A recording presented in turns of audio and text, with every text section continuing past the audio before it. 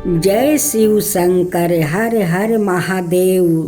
फागुन की पवित्र या धारण सोमवार का शुभ दिन। हर सोमवार का व्रत भक्तों के जीवन में नई आशा और सकारात्मक ऊर्जा का संचार करता है। आज हम सुनेंगे पावन सोमवार व्रत कथा, जो हमें भक्ति, विश्वास और धैर्य का महत्व सिखाती है। जब जीवन के कठिनाइयाँ बढ़ जाती है, मार्ग दिखाई नहीं देता, तब सच्चे मन से की गई शिव आराधना वो चमत्कार कर देती है। भगवान शिव अपने भक्तों के कष्टों को हर कर उन्हें सुख, सौभाग्य और समृद्धि का वरदान देते हैं। आइए पूरे श्रद्धा भाव से इस कथा का श्रवण करें और अपने जीवन को शिवमय बनाए।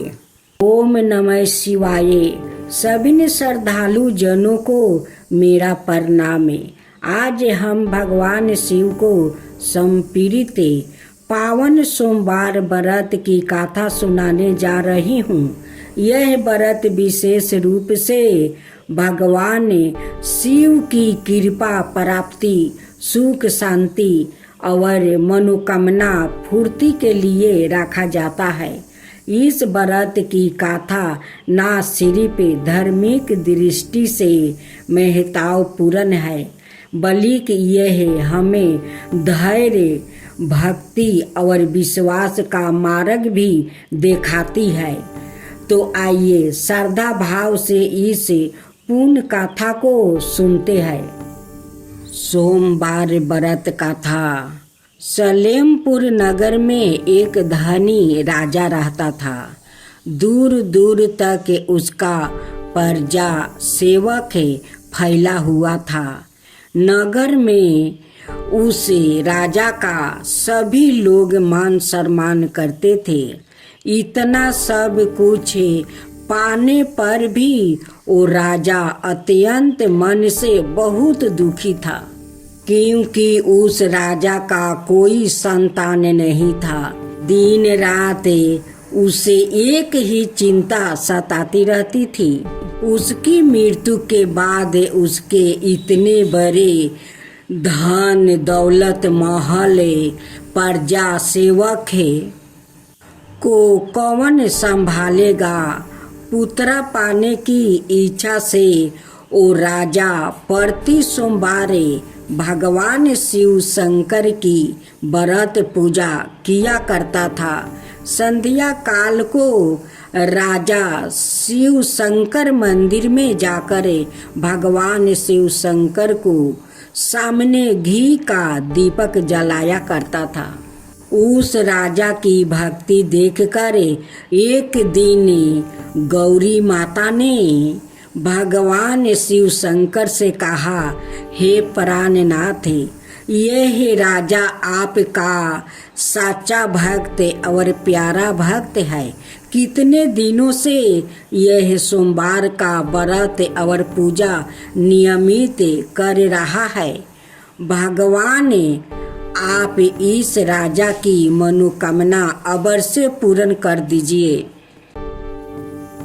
भगवान शिव शंकर ने मुस्कुराते हुए कहा, हे गौरी, इस संसार में सबको उसके कर्म के अनुसार फल की प्राप्ति होती है। प्राणी जैसा कर्म करते हैं, उन्हें वैसे ही फल प्राप्ति होता है। इसके बावजूद गौरी जी ने नहीं मानी। उन्होंने आग्रह करते हुए कहा, नहीं प्राणनाथ, आपको इस राजा की इच्छा पूरी करना ही पड़ेगी। यह आपका अनाय भक्त है, प्रेमी भक्त है। प्रति सोमवार आपका विधिवत व्रत रखता है और पूजा प्रार्थना के बाद आपको भोग लगाकर एक समय भोजन ग्रहण करता है। आपको इस पुत्र प्राप्ति का वरदान देना ही होगा।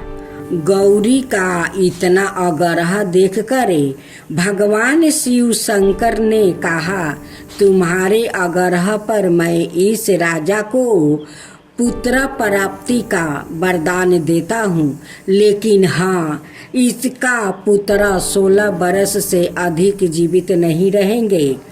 उसी रात भगवान शिव शंकर ने सपने में उस राजा को दर्शन देकर उसे पुत्र प्राप्ति का वरदान दिया और उसके पुत्र के 16 वर्ष तक जीवित रहने की बात भी बताया। भगवान के वरदान से राजा को खुशी तो हुआ, लेकिन पुत्र की अल्प आयु की चिंता ने उसे खुशी को नष्ट कर दिया। राजा पहले की तरह सोमवार का विधिवत व्रत करता रहा। कुछ महीने पश्चात उसके घर अति सुंदर पुत्र उत्पन्न हुआ। पुत्र जन्म से राजा के घर में खुशियां भर गई। बहुत धूमधाम से पुत्र जन्म का समारोह मनाया गया। राजा को पुत्र जन्म की अधिक खुशी नहीं मिली, क्योंकि उसे पुत्र की अल्पायु के रहस्य का पता था। यह रहस्य घर में किसी को नहीं मालूम था। राजा का महल में एक वृद्धन ब्राह्मण आया। उस ब्राह्मण ने उस पुत्र का नाम अमरगुप्त रखा। जब अमरगुप्त 12 वर्ष का हुआ तो शिक्षा के लिए उसे बनारसी भेजने का निश्चय हुआ। राजा ने अमर के मामा चंद्रदेव को बुलाया और कहा कि अमरगुप्त को शिक्षा प्राप्ति करने के लिए बनारसी छोड़ आओ। अमरगुप्त अपने मामा के साथ शिक्षा प्राप्ति करने के लिए वो चल दिया। रास्ते में जहाँ भी अमरगुप्त और चंद्रदेव रात्रि विश्राम के लिए ठहरते, वही जग करते और ब्राह्मणों को भोजन कराते थे। बहुत लंबी यात्रा के बाद अमरगुप्त और चंद्रदेव एक नगर में पहुंच गया। उस नगर के राजा की कन्या के विवाह की खुशियां में पूरे नगर को सजाया गया था।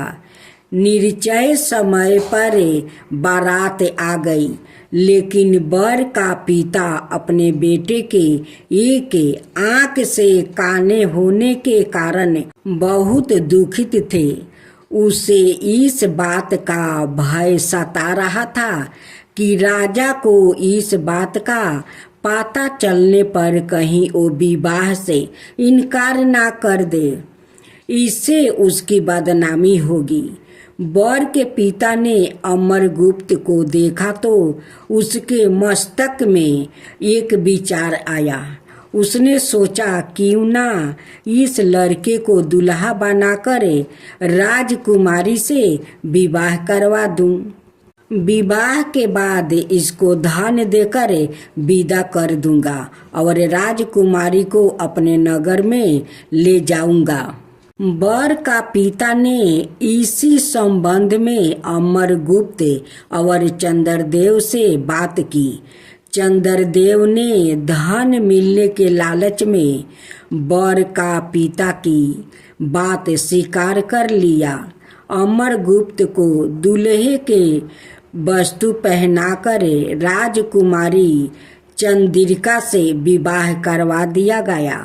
राजा ने बहुत सा धन देकर राजकुमारी को विदा किया। अमरगुप्त जब लौट रहा था तो सच नहीं छिपा सका और उसने राजकुमारी की ओढ़नी पर लिख दिया, राजकुमारी चंद्रिका, तुम्हारा विवाह है तो मेरे साथ हुआ था। मैं तो बनारसी में शिक्षा प्राप्ति करने जा रही हूँ। अब तुम्हें जिस लड़का की पत्नी बनना पड़ेगा वो एक आंख से काना है। जब राजकुमारी ने अपनी ओढ़नी पर लिखा हुआ पढ़ा तो उसने काने लड़के के साथ जाने से इनकार कर दिया। राजा ने सब बातें जानकर राजकुमारी को महल में रख लिया। उधर अमरगुप्त अपने मामा चंद्रदेव के साथ बनारसी पहुंच गया। अमरगुप्त ने गुरुकुल में पढ़ना शुरू कर दिया। जब अमरगुप्त की आयु 16 बरस पूरी हुई तो उसने एक यज्ञ किया। यज्ञ की समाप्ति पर ब्राह्मणों को भोजन करवाया और खूब अन्न वस्तु दान किया। रात को अमरगुप्त अपने सैन्य कक्ष में सो गया। शिव के वरदान के अनुसार सैन्य अवस्था में ही अमरगुप्त को प्राण निकल गया। सूर्योदय पर मामा अमरगुप्त को मृत्यु अवस्था देखकर रोने पीटने लगा। आसपास के लोग भी इकट्ठा होकर दुख प्रकट करने लगा। मामा के रोने विलाप करने के सवार समीप से गुजरते हुए शिव शंकर और गौरी जी ने भी सुने। गौरी जी ने शिव शंकर से कहा, प्राणनाथ, मुझसे इसके रोने के सवारे सहन नहीं हो रहा है। आप इस व्याकुल के कष्ट अबर से दूर कीजिए। भगवान शिव शंकर ने गौरी जी के साथ अदृश्य रूप में समीप जाकर अमरगुप्त को देखा तो गौरी जी से बोले, गौरी, यह तो उसी राजा का पुत्रा है। मैंने इसे 16 बरस की आयु का वरदान दिया था। इसकी आयु तो पूरी हो गई है। गौरी जी ने फिर भगवान शिव शंकर से निवेदन किया, हे प्राणनाथ, आप इस लड़के को जीवित करें, नहीं तो इसके माता पिता पुत्रा की मृत्यु के कारण रो रो कर अपने प्राण को त्याग कर देंगे। इस लड़के का पिता तो आपका परम भक्त है। वर्षों से सोमवार का व्रत वो करते हुए आपको भोग लगा रहा है। गौरी जी के आग्रह करने पर भगवान शिव शंकर ने उस लड़के को जीवित होने का वरदान दे दिया और कुछ ही पल में वो जीवित होकर उठकर बैठ गया। शिक्षा प्राप्ति करके अमरगुप्त मामा के साथ अपने नगर की ओर चल दिया। दोनों चलते हुए उसी नगर में पहुंच गया जहां अमरगुप्त का विवाह हुआ था। उस नगर में भी अमरगुप्त ने यज्ञ का आयोजन किया। समीप से गुजरते हुए नगर के राजा ने यज्ञ का आयोजन देखा। राजा ने अमरगुप्त को तुरंत पहचान लिया। यज्ञ समाप्त होने पर राजा अमरगुप्त और उसके मामा को महल में ले गया और कुछ दिनों उन्हें महल में रख कर बहुत साधारण वस्तु देकर राजकुमारी के साथ विदा किया। रास्ते में सुरक्षा के लिए राजा ने बहुत से सैनिकों को भी साथ भेज दिया। चंद्रदेव ने नगर में पहुंचते ही एक दूत को घर भेजकर अपने आगमन की सूचना भेजी। अपने बेटे अमरगुप्त के जीवित वो आपस लौटने की सूचना से राजा बहुत प्रसन्न हुआ। राजा ने अपनी पत्नी के साथ सवाए को एक कमरे में बंद कर रखा था। भूखे प्यासे रहकर राजा और उसकी पत्नी रानी बेटे की प्रतीक्षा कर रहे थे। उन्होंने प्रतिज्ञा कर रखी थी कि यदि उनके अपने बेटा कि मृत्यु का समाचार मिला तो दोनों अपने प्राण को त्याग देंगे। राजा और रानी और मित्रों के साथ नगर के द्वार पर पहुंच गया। अपने बेटे के विवाह का समाचार सुनकर पुत्रवधू राजकुमारी चंद्रिका को देखकर उसकी खुशी का ठिकाना न रहा। उसी रात भगवान शिव ने राजा के सपने में आकर कहा, हे राजा, मैंने तुम्हारा सोमवार के व्रत करने और व्रत कथा सुनने से प्रसन्न होकर तुम्हारा पुत्र को लंबी आयु वरदान की है। राजा बहुत प्रसन्न हुआ। सोमवार का व्रत करने से राजा के घर में खुशियाँ लौट आई। शास्त्रों में लिखा है कि जो स्त्री पुरुष सोमवार का विधिवत व्रत करते हैं और व्रत कथा सुनते हैं, उनकी सभी इच्छाएं पूरी होती है। जो भी श्रद्धा भाव से इस कथा को सुनता है और सोमवार का व्रत करता है, उस पर भगवान शिव की असीम कृपा बनी रहती है।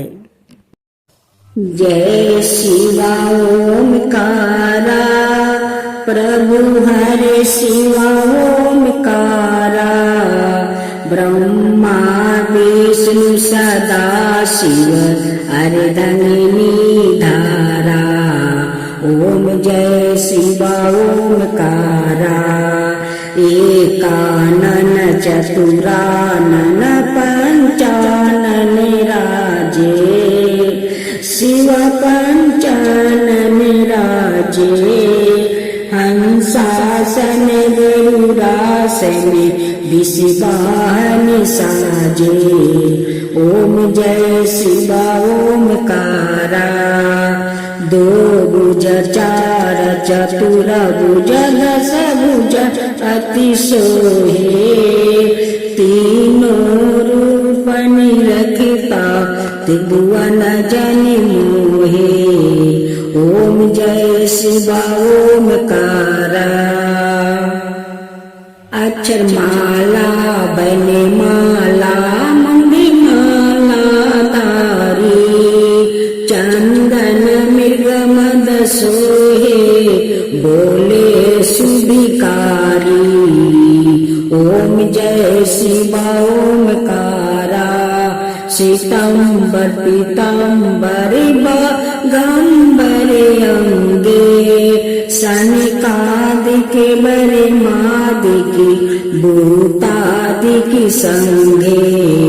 ओम जय शिवा ओमकारा, करके मध्यम कमंडल चक्र त्रिशूल धरता, जग करता जग भरता, जग पालन करता। ओम जय शिवा ओमकारा, ब्रह्मा विष्णु सदा शिव जानते अविवेका, प्राण बचर के मध्यम याहे तीनों एका। ओम जय शिवा ओमकारा, तीर गुण शिवजी के आरती जो कोई नर गावे, शिवा जो कोई नर गावे। कहत शिवानंद स्वामी मन भजत शिवानंद स्वामी, मन दाचित फल पावे। ओम जय शिवा ओमकारा, जय शिवा ओमकारा।